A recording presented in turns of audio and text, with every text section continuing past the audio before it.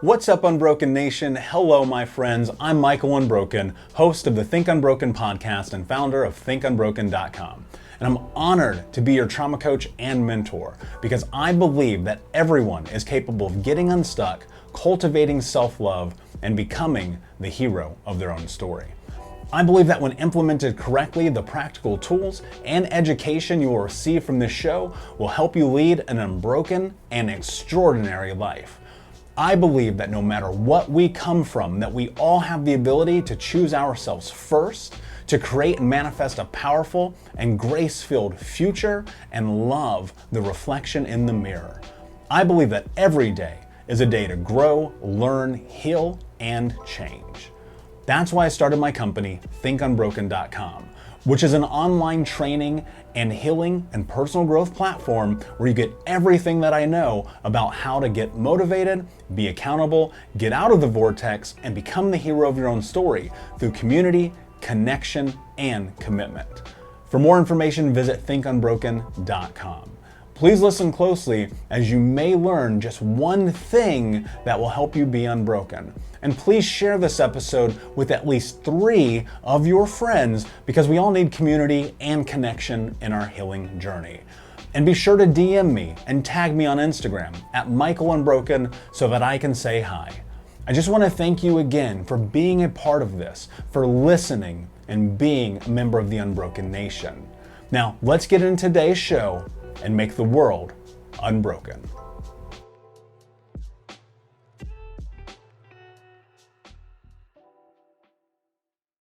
What's up, Unbroken Nation? Thank you so much for being with me today and my super special guest, Elisabeth Kristof of the Brain-Based Wellness Foundation. Is foundation the way I should say that? Maybe not. Brain-Based Wellness.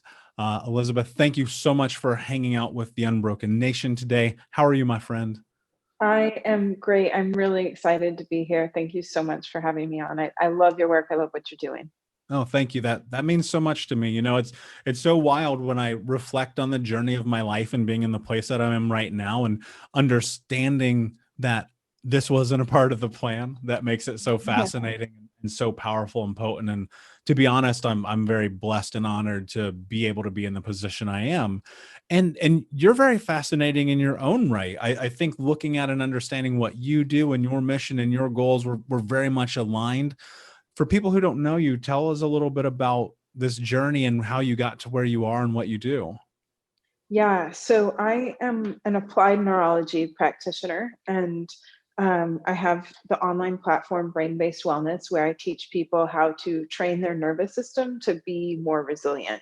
Just the same way you would train your muscles in the gym to make them stronger, you train your nervous system so that it can handle more stress and so that it can be more resilient to the challenges of life, but also to move some of the stress through your body and to resolve old trauma patterns so that behavior change is more possible. And I came to this place where I use applied neurology for this through facing some of my own trauma, my own childhood trauma. Some very high stress times in my life. And I had used applied neurology for a long time in athletic performance and in pain management.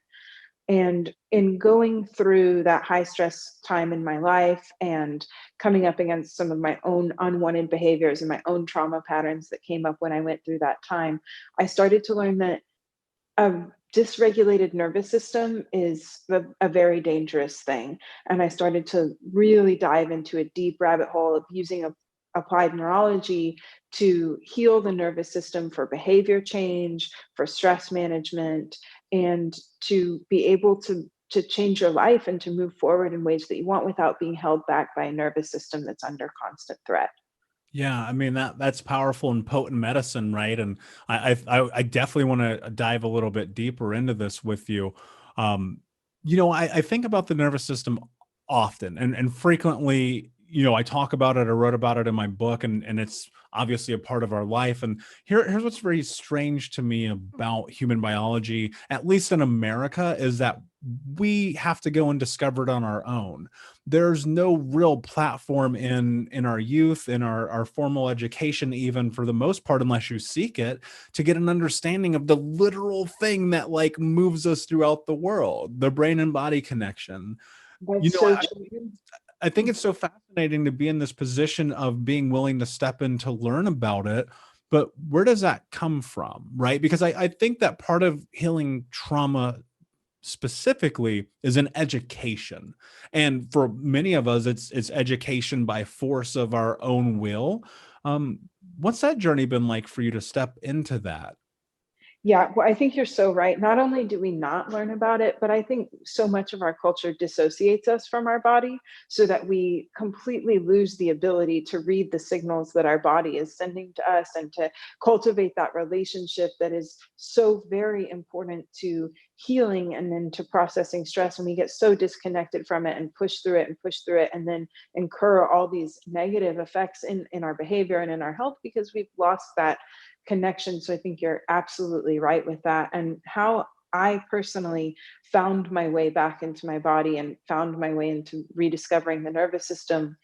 Um, it started for me with being a movement practitioner. My whole life, movement has been what has carried me through the ups and downs of my life. I've always had really big emotions. I didn't understand at the time that a lot of that was a trauma reaction. I just knew that I felt things very intensely. And the only way for me to stop self harming and to stop reacting was to move, was to forward move. So I started running at an early age. I was always athletic, and that was the only thing that kind of kept me calibrated. So as I went on in my life, I became a movement practitioner, a Pilates teacher. I had a studio for 12 years, and I taught people how to connect to their body and their breath through movement.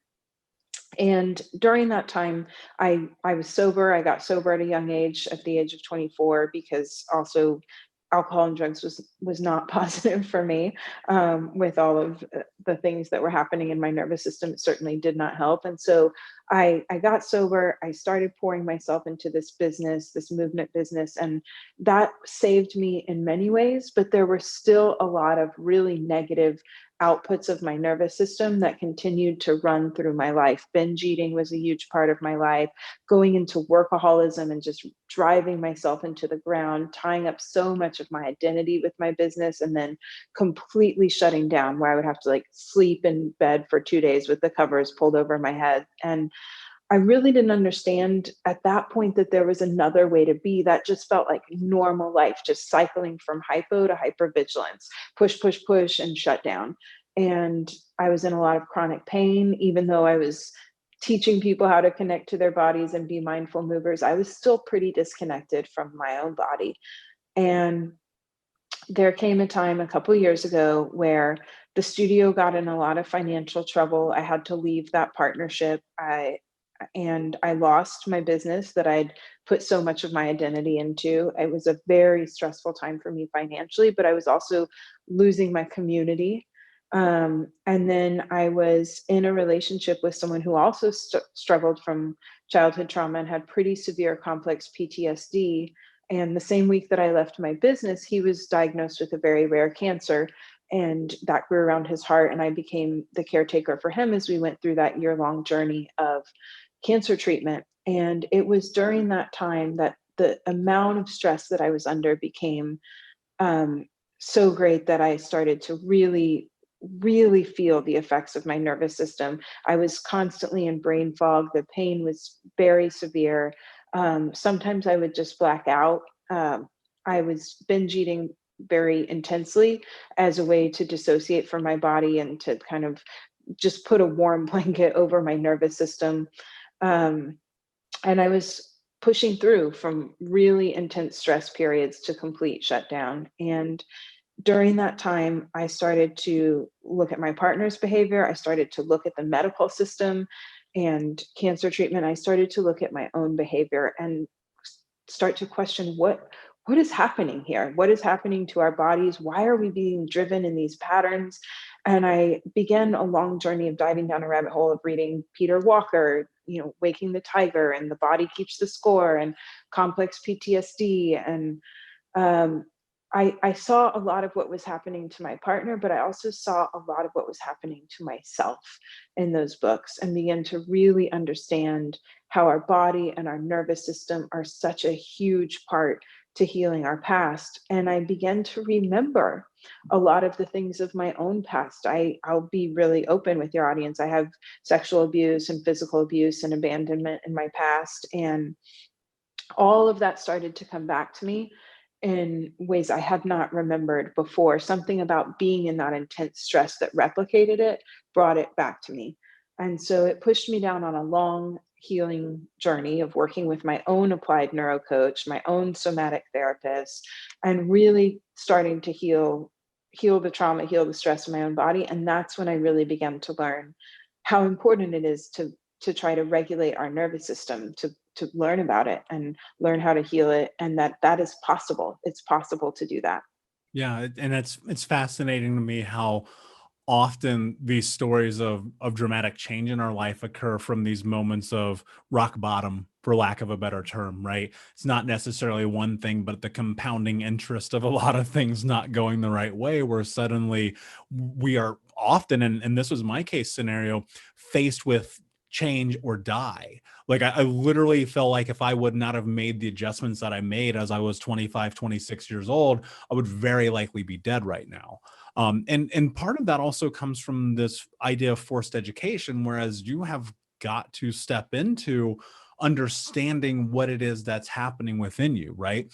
And thinking about, I think about this podcast especially as a resource, and I cite books like The Body Keeps the Score and like Radical Acceptance, and the list goes on and on and on. But so much of it is like, great, you have this information, you have this knowledge, now what do you do with it? What I'm so curious about is, as you reflect and you have this understanding of really this parlay of these experiences in childhood versus these experiences in adulthood, how do you step into creating a pathway to move forward, as opposed to the ultimate worst case situation being like death, right? Yeah. So I think for me, what really saved me was I've always been a very curious person. And my curiosity what allowed me to look at things from altitude. And I also believe that I was already educated in applied neurology. I'd used that in my studio since 2014 for athletic performance and pain reduction. And so I had an understanding that our brain and our nervous system governs everything, right? I knew at that point, like, I don't have a tight hip flexor. I have a brain that is telling my hip flexor to stay tight because it feels threatened by movement in that area for some reason. So I'm not going to change that in my body by stretching or foam rolling. I have to change it in my brain. I have to train my brain to feel safer, to give my muscles more range of motion.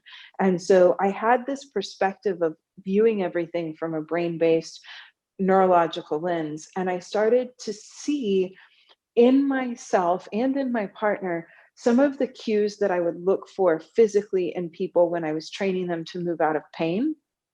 I would see people's shoulders elevate, their posture becomes kyphotic, you get a lot of tension in between your eyes. It's what's called startle reflex, and it's an indication that you're pushing your body into threat, that the stress level is too high and you're going into a threat posture and a threat response. And I knew that was controlled by the old brain, the cerebellum and the brainstem, mostly the brainstem. But I started to see it in myself with these emotional stresses, with these trauma responses. And I began to recognize, oh my God, my nervous system is doing this to me. And I could draw the parallels between training your nervous system to move your body out of pain, which is also just an interpretation of your brain that your body is under too much threat, to the behaviors also serving as a protective output of my nervous system, ultimately designed to keep me safe. And our brains are wired for survival. Their primary job is to make predictions to keep us alive, and they're always deciding safe and unsafe. And if your nervous system feels too threatened, not like your frontal lobe, not your higher order thinking systems, but your nervous system feels too threatened, it's going to produce an output to try to get you to change your behavior, to keep your world smaller and to keep you safe. So that can be pain, that can be muscle weakness, it can be tightness in your muscles to reduce your range of motion, but it could also look like binging to shut me down. It could look like depression. It could look like anxiety, anything that's going to get me to reduce my interaction with the world. And so I really believe that during that time, it was absolutely a matter of, this is going to kill me soon if I just keep pushing through. But I feel really lucky in that I had that base of knowledge, and I also just am a curious person, and I begin to think about how to use my own experience to expand my ability to heal not only myself, but to help others find their way back to their body and their nervous system. Yeah, it's powerful. I often think about it like we are given these tools and understandings by the universe, call it universe, God, spirit, whatever, I don't care. But it's there, it's laid in front of you. And sometimes the hardest thing you have to do is just shut the hell up and listen.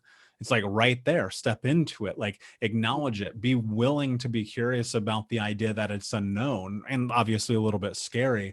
I want to take a little bit of a step back though, because we're going to lose people, right? Because you and I having this conversation, I understand what you're talking about. There are people who are like, what at the baseline are you talking about? In the most layman's of terms, how can you explain this to me? So if you think of your nervous system as a bucket, right? All of the stress of your life goes into that bucket. Your financial stress, your relationship stress, your work stress, all of the old trauma pattern stress from your past goes into that bucket too. But what also goes into the bucket as stress is deficits in your nervous system. So say you have a deficit with your visual system, or you have a balance issue, or you have a body mapping issue. You can't tell where your body is in space. All of that is threatening to your nervous system on a second by second basis. Say you have a respiration problem, that's threatening to your nervous system every single breath that you take. So all of that stress is going into the bucket. Well, our brains are smart, our bodies are smart, and they understand that too much stress leads to a dysregulated nervous system for too long. And ultimately, that leads to disease. Ultimately, that is very harmful. That high stress state of our body becomes toxic for our body. And so your brain will eventually, as that threat level in the bucket rises up to the top, your brain's going to try to get you to change your behavior to reduce the amount of stress coming in. And so if I present you with pain, if I'm your brainstem and I present you with pain on the well-worn pain pathways, you're going to take less steps, you're going to interact less, you're going to lift less heavy things, you're going to get out and about less. And so it suddenly reduces the amount of stimulus coming in. It reduces your interaction with the world. And from your old brain's perspective, that is safer. And the same thing with producing depression and anxiety, anything that gets you to quiet yourself. The way that I would shut down and I would draw the covers over my head, I was literally reducing the stimulus coming in. I was taking away visual stimulus. I was keeping the room really dark. And my nervous system needed that because the world felt so threatening. It didn't want more stimulus coming in, more visual stimulus, more movement stimulus in my joints, nothing. It wanted me to just be quiet and recalibrate for a little bit. Hey, what's up, Unbroken Nation? Michael here. I just wanted to take a moment and invite you to the Think Unbroken community coaching sessions. We start these sessions at the beginning of every month, and we take a deep dive into the baseline and frameworks of what it means to get out of the vortex and become the hero of your own story through community, connection, commitment, and education. You can learn more about this at healtraumacoach.com, where you can fill out an application and sign up for a trauma healing call with me or my team to see if the Think Unbroken community coaching sessions is right for you. That's at healtraumacoach.com. We start at the beginning of every month. I cannot wait to see you there. And I'll be honest with you, if I'm not the right fit for you, we will help you find the person that can help you on your journey. Yeah, and that's powerful because so many, in my case scenario, especially dissociation being a huge player in my life, looking back at growing up in toxic stress and being bathed in cortisol through my adolescence and my developmental years. And for a while that works, right? We become hyper vigilant, we understand how to navigate the world, and then slowly it actually starts to turn on itself, right? That old saying, it works until it doesn't. And then that Right. started to manifest into pain and into illness and into sickness and depression and anxiety, and then ultimately headed off at 5 panic attacks a day.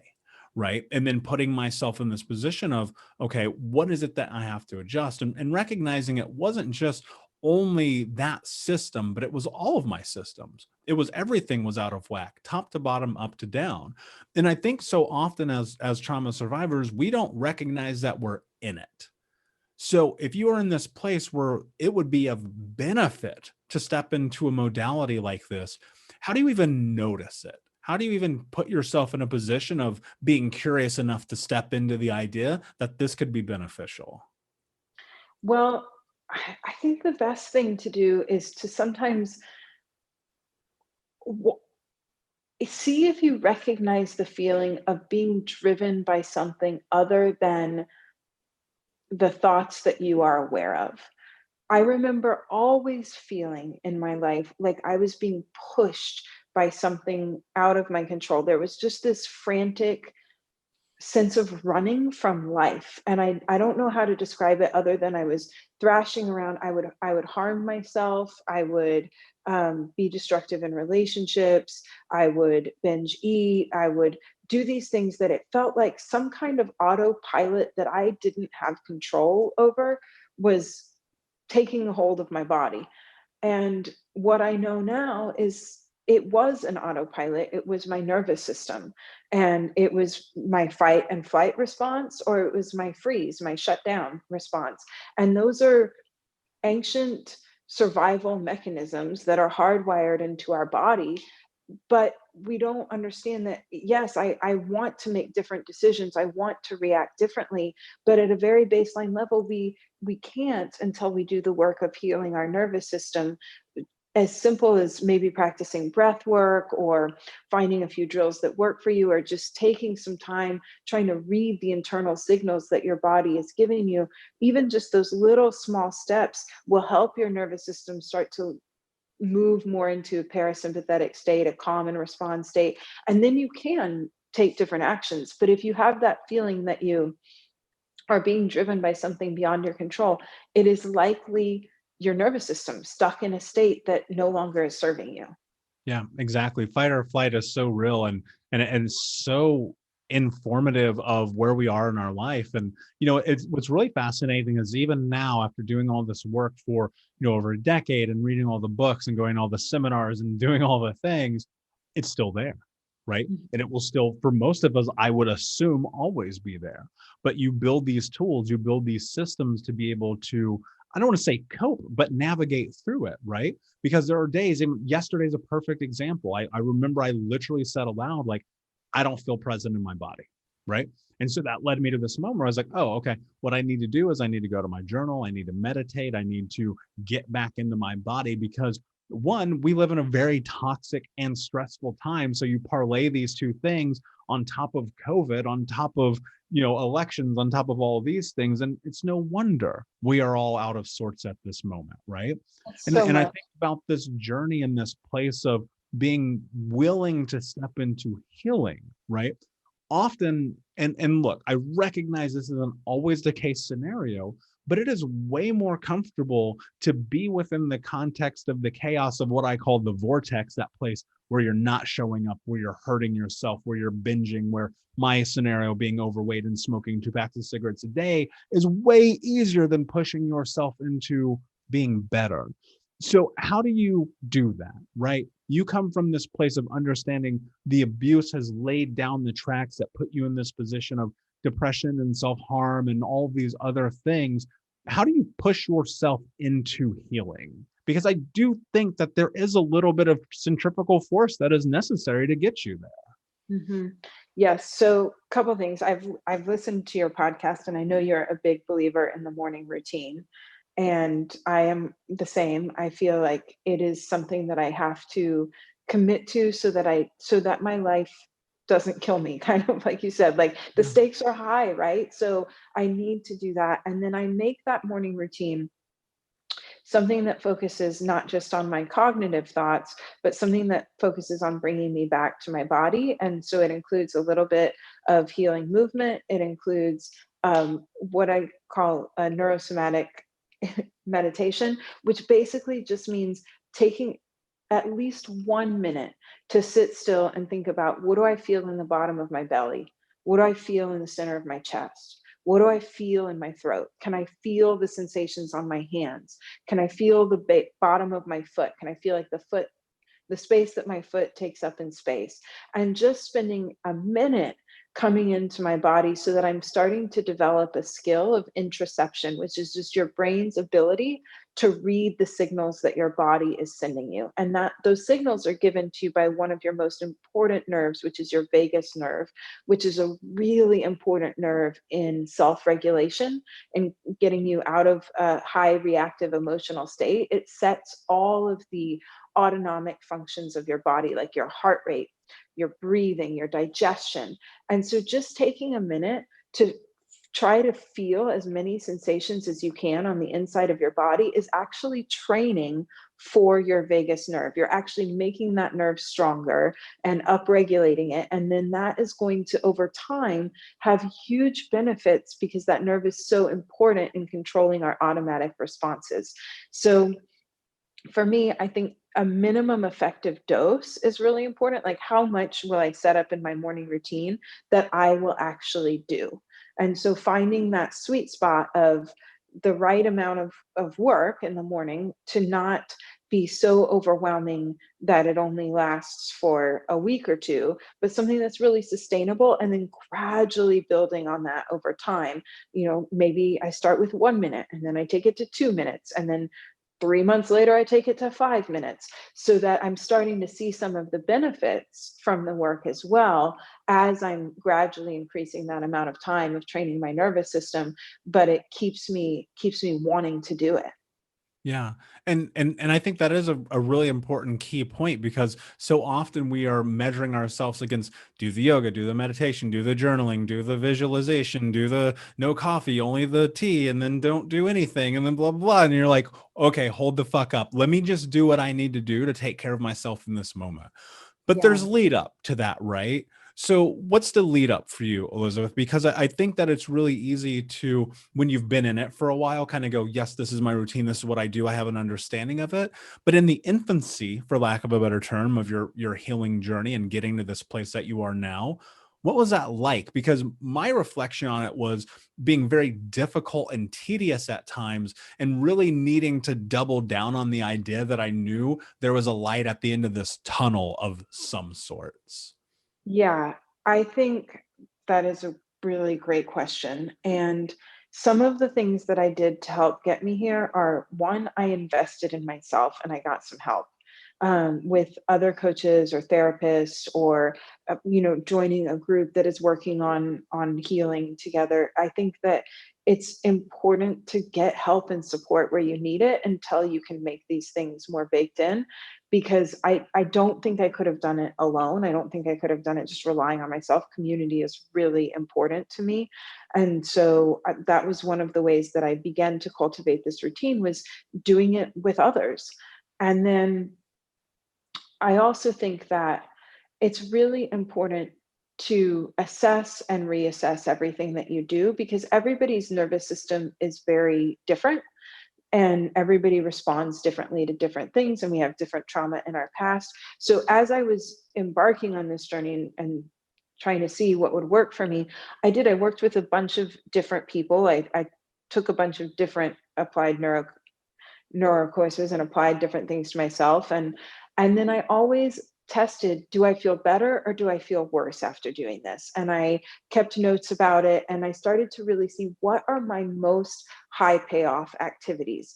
Is it these certain drills? Is it a respiration activity? Is it taking a bath? Is it going for a walk? Like, what really helps me? Because sometimes sitting in meditation with your eyes closed when you're in a state of hypervigilance just pushes you into more panic. Not everybody responds the same to everything.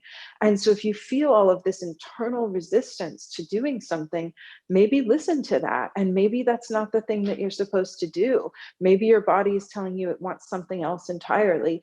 And so beginning to trust my body a little bit and trust my instincts and ask it, what do you need, body? Like, sometimes I will really sit there and put my hand on my chest and close my eyes and ask my body, how do you want me to be with you right now?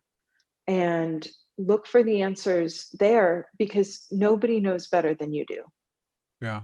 Yeah. And that's a really valid point. And I think about doing that often in my journey, even sitting here and being like, it'd be nice to take a bath right now, even though there's no bathtubs that hold me because I'm fucking 6'5". But my point being is like listening to my body and trying to make that correlation between wants, needs, and interest, and then moving towards them. Right.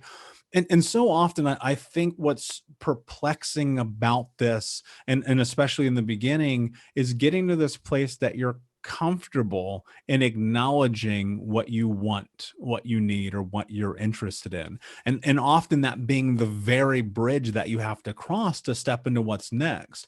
And what I'm curious about is, from your perspective, and spending so much time, and I could be wrong here, but I'm going to assume that I'm not, in this position where your wants, needs, and interests are denied, understanding that everything that happens in your life for the most part is out of your control, especially within your youth and abuse, and then stepping into these chaotic situations as an adult and recognizing, okay, I'm doing some things right, doing some things wrong, but all of a sudden, or all the while being very much in a dissociative state. I believe, I'm leading somewhere with this. I believe that one of the most important things that we can do is learn to reestablish trust within our own body, because that is such a key cornerstone and baseline to this entire healing journey. How do you do that? I think I agree with you 100%. That is the root of where all my healing has come from, is re-establishing a connection to my own body and trust in its internal wisdom. And uh, honestly, I have to say, I was able to get there because of quarantine, because I was able to have all this space and time to be by myself, and to spend time with myself. And that was forced in the beginning. And I was so used to working myself into the ground and to staying constantly busy and to caring for other people. And I lost the relationship, I lost the job, and then quarantine happened, and it was very still and it was very quiet. And I spent so much time taking really long baths in the middle of the day, going for long walks, and realizing how much more space I needed for myself to get to know myself again. And in that space and in that time is where I really found my path to healing. And I don't know if I would have found it otherwise, but I do think that it is something that is necessary, time and space with yourself, to build that relationship. How do you build a relationship of trust if you don't ever spend time with yourself? Yeah. Yeah. 100%. And for me, I spent 4 years single and dated here and there, and spent, an innumerable amount of time by myself, and go to therapy and come home and just journal about it and not have anyone to talk to, and carrying that through into years and years and years of that, of just trying to reestablish an understanding of who I was. And, when I reflect on that from years ago, and sit in these moments of being on the bus riding home alone after like crying in a therapist's office, and being able to like establish this idea of discovering who I am for the first time, really, and leveraging that to continue to move forward, was powerful. Even with my clients, I often say, like, if you are in a bad relationship, if you're in a bad job, if you are in something that doesn't bring you value, move away, walk away, be alone, step into the uncomfortableness of what it is like to be within your own self. Go for a walk with no headphones on. I dare you. See what happens. right? And so as you're in this and as you're approaching helping other people now, because I believe one of the things that's really beautiful about being a coach or a practitioner or a therapist or a psychologist in this space is taking what we know and we understand about the world that has helped us and delivering that to the world. Now, I think it's bits and pieces depending on who you are. And for other people, it's large chunks. But if I'm going to take one thing away from what it is that you do or you understand about the world, Elisabeth, when it comes to healing and growing and changing and whatever else we want to call these things, what would it be? What is the one thing that you would want to give me? Did you know that you can sponsor an episode of the Think Unbroken podcast?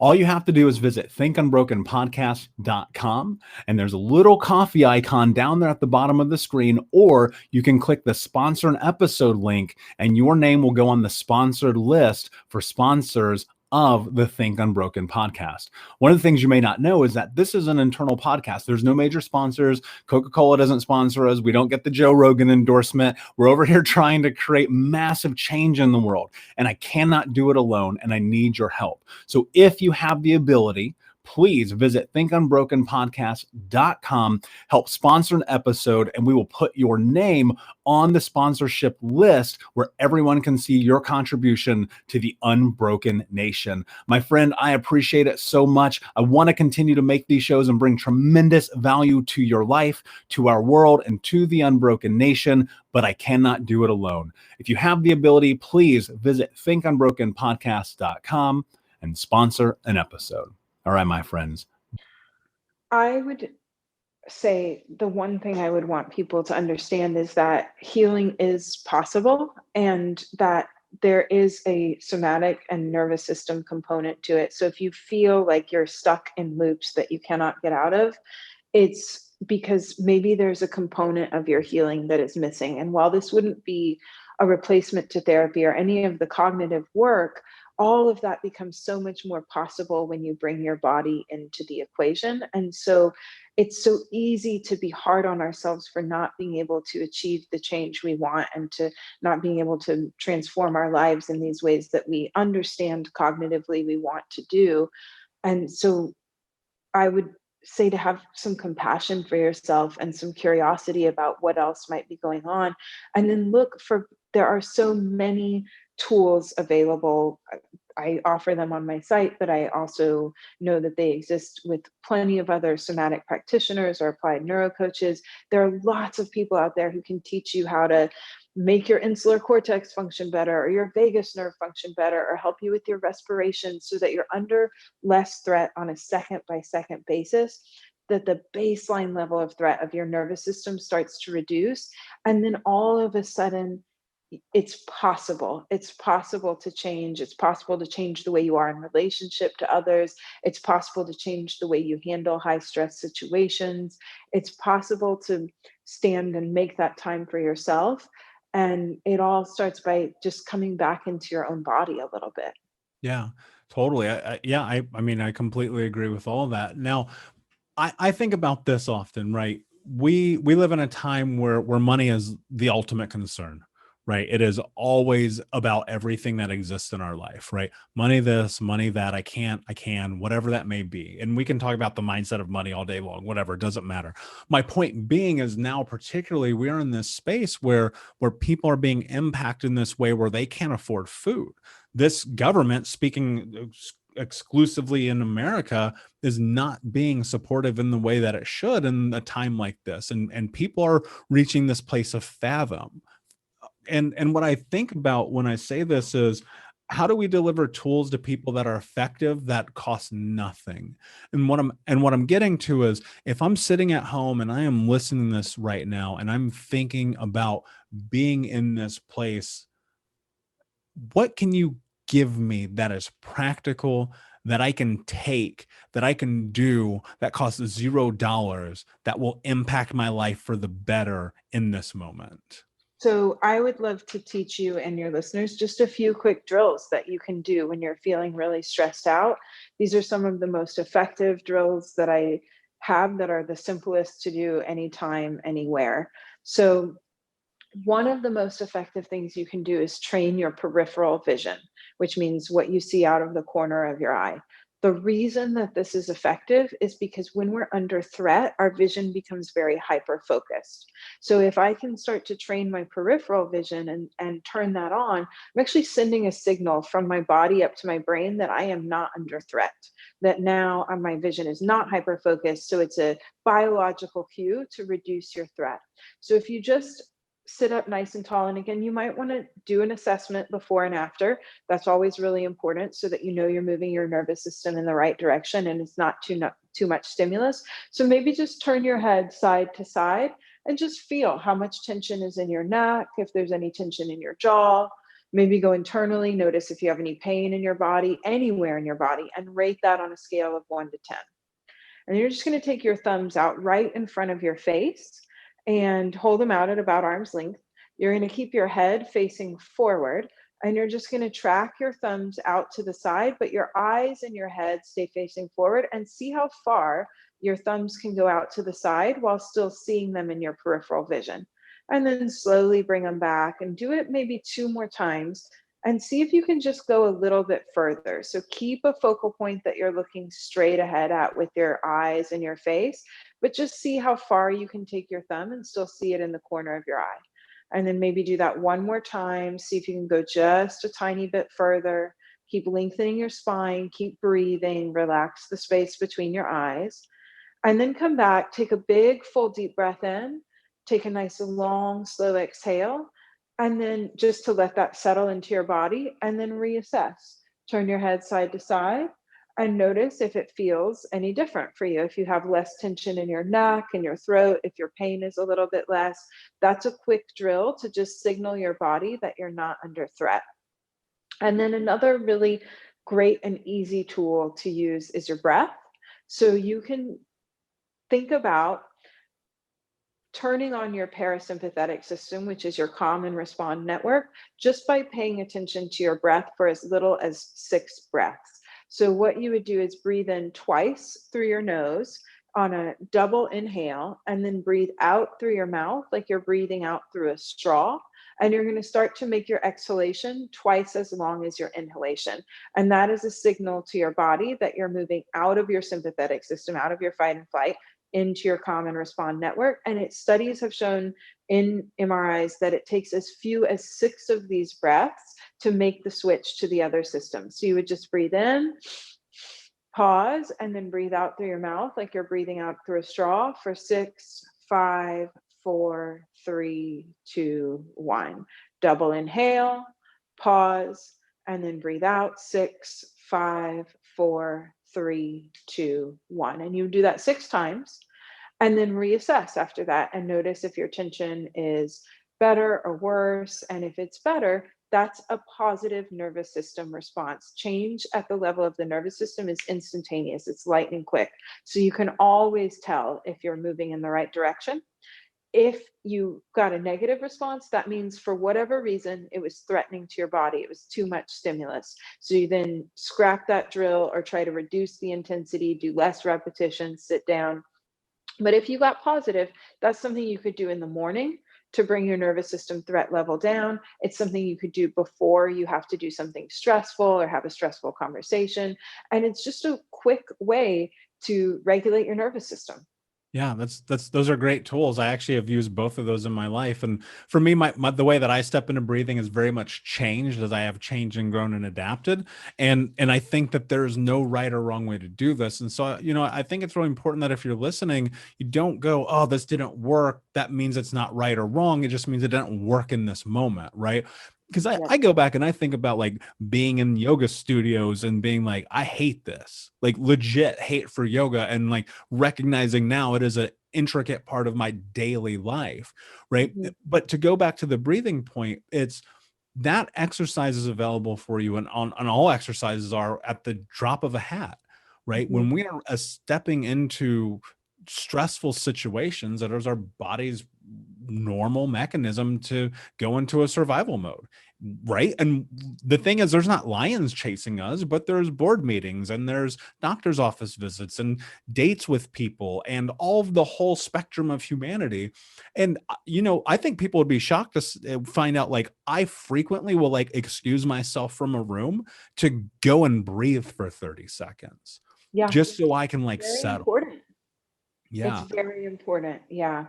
And I want people to be able to understand how their nervous system works and to have these drills. So I also have a free set of drills. If you go to my site, it's like a short applied course, and it has like 5 or 6 of the most beneficial drills that I found working with a lot of people. And it's completely free for people to use because I think it's really important and people should have access to this information. Yeah, I totally agree. And before I ask you my last question, trust me, I could sit here and talk to you all night long. This stuff is fascinating. We're just now like touching the surface of it. Where can people find you? So brain-based-wellness.com is my website, and that's where you can get the free applied neurology course and the morning practice. So the morning practice has 5 neuro drills and a short 5-minute meditation that's meant to bring you back into your body, to train your vagus nerve, and to just start to build that relationship with your body. So you can do it there. You can do that in kind of community. It's pretty interactive. And that is the best place to find me at brain-based-wellness.com. Amazing. Elisabeth, what does it mean to you to be unbroken? Wow, that's a great question. I think for me, it is having faith in my own resilience. Like my recovery has not been a straight up upward trajectory, but a spiral that goes up, right? So I hit those same spots all the time. I hit the same fears and the same patterns.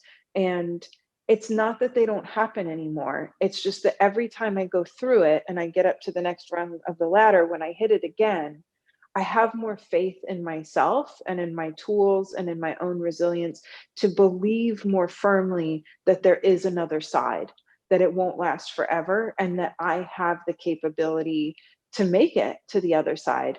And to me, being unbroken means recognizing that capability within myself.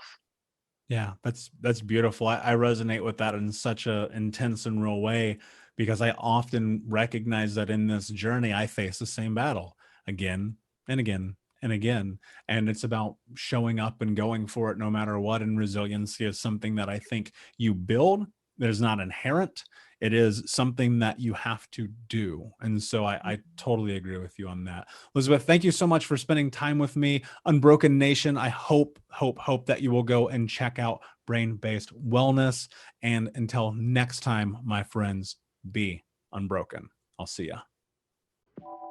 Unbroken Nation, hope that you just got a tremendous amount of value from today's episode. I want to know what you think. Please do me a favor and review, rate, and share the episode with 3 friends on social media today. It would mean the world if you did, because ultimately at the end of the day, creating community and connection is how we heal generational trauma in the world. And I need your help to do that, Unbroken Nation. So if you're on iTunes or Spotify or wherever you are, please like, comment, share, review. I want to know not only what you like about the show, but how I can make the show better, how I can make this further about helping you on your healing journey. So do me a favor, and when you do, shoot me a screenshot of you making the review to my DM at Michael Unbroken on Instagram so that I can have a conversation with you, say hi, and more importantly, so I can share it with the Unbroken Nation. Thank you so much, my friend.